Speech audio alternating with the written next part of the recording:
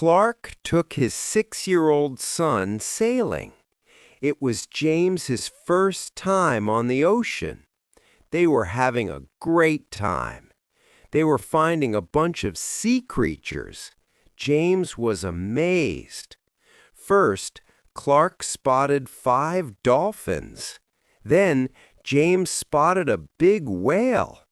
They even touched a sea lion. "Look!" called out Clark. He pointed to something swimming in the distance. "Do you know what that is?" he asked his son. "A mermaid!" shouted James. "A real mermaid!" Clark fell to ground laughing. James was confused. He did not understand what was so funny. "That's not a mermaid," explained Clark. "That's called a manatee. Their nickname is sea cows."